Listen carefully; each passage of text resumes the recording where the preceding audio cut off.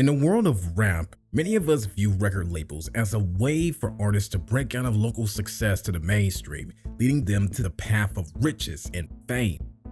However, behind the picture-perfect image that many of us envision, reality of record labels is much darker than what most of us believe. From horrible deals to even milking artists after their passing, join me as I take a deep dive into the evil business of rap's record deals. To begin, one of the darkest aspects of record labels is their tendency to trap artists in unfavorable deals which ruin their financial situation. And this makes us move on to the infamous case of the popular female rapper Megan Thee Stallion, who found herself in a predatory record deal. Megan started off her career strong and rose to fame very quickly with songs such as Big Ol' Freak and Hot Girl Summer, which were well received and loved by the public. And as the industry would get their eyes on her, labels would soon catch wind of Megan's music, which prompted her to sign a deal with the label 1501 Entertainment. However, while this opportunity at first seemed to be a dream come true, despite her generating an impressive $7 million in music revenue, the rapper claimed to have received only $15,000 in all of her time rapping under the label's management. This completely shocked fans who pointed out just how unfair this whole situation was, as a chart-topping rapper seemed to be earning less than a minimum wage worker.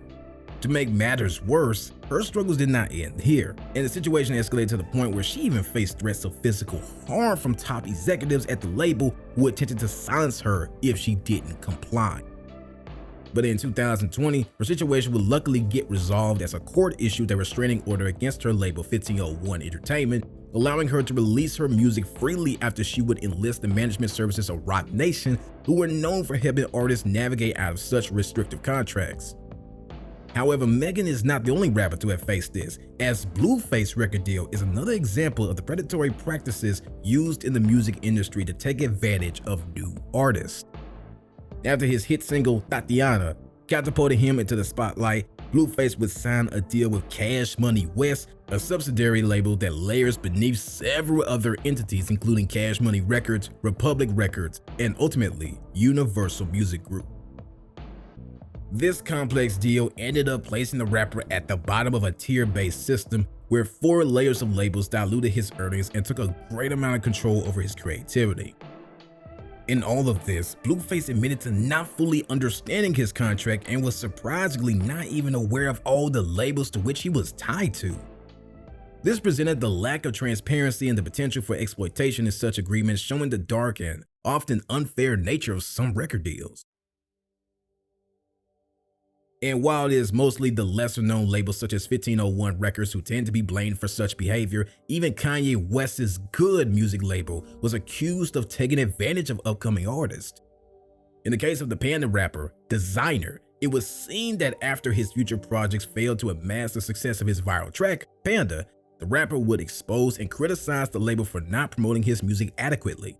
And by 2019, his frustration boiled over into a public rant where he pointed all of the blame to Kanye and accused the label of putting an end to his career by preventing him from using their resources.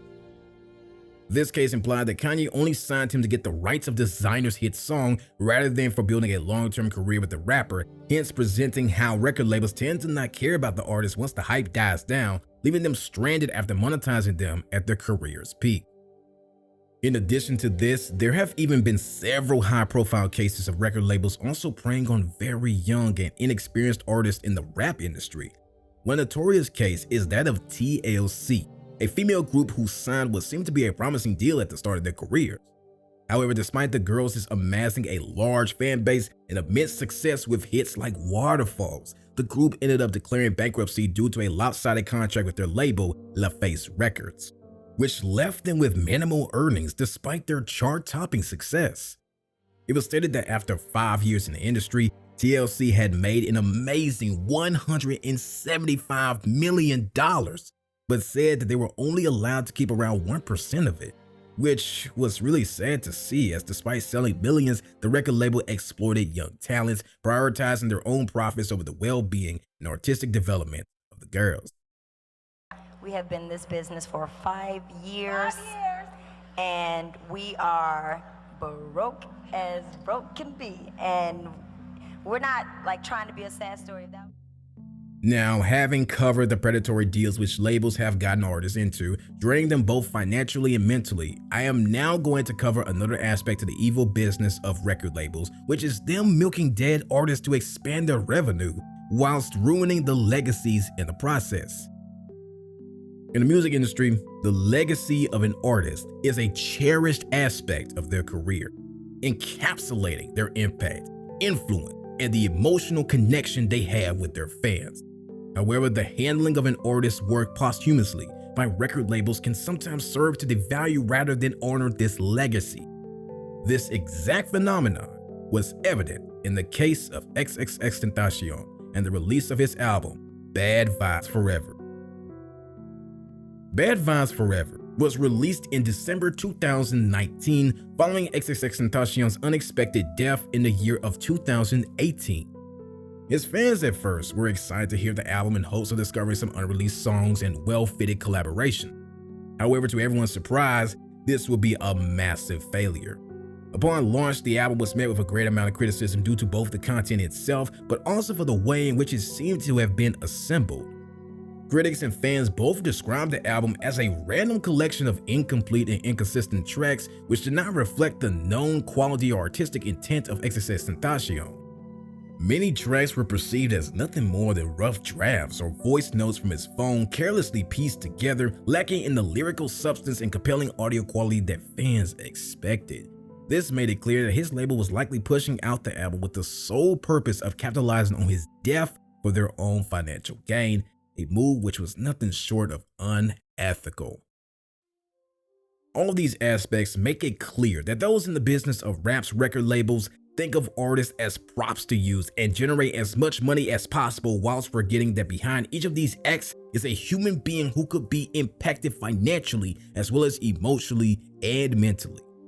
But to end on a more positive note, amidst the challenges posed by some record labels, there have been a few other examples of labels which have benefited and empowered artists within the rap community. Top Dog Entertainment is one such case where a label has cultivated a roster of diverse and critically acclaimed artists such as Kendrick Lamar, Schoolboy Q, and many more. TDE's commitment to nurturing raw talent while allowing artists creative control has resulted in groundbreaking albums and a distinct musical identity. By staying true to their roots, TDE and others like them have reshaped the rap landscape and offered an alternative to the pitfalls of major label dominance, providing new artists with a glimpse of hope within the dark and evil industry